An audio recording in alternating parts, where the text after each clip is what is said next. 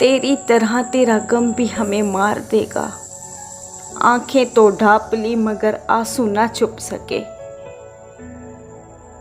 खुशियां तो कब की रूठ गई है, काश के गमों को भी किसी की नजर लग जाए।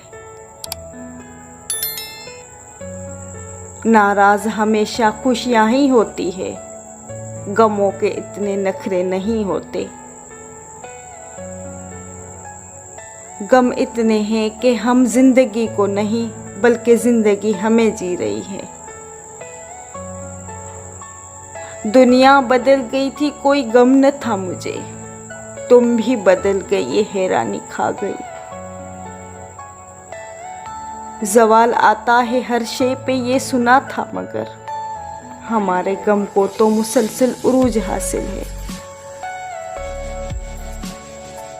करते हैं याद अपनों को खुशी में हम, गम अकेले सहने की आदत है। जानती हूँ मैं भी एक ऐसे शख्स को, गम से पत्थर हो गया लेकिन कभी रोया नहीं।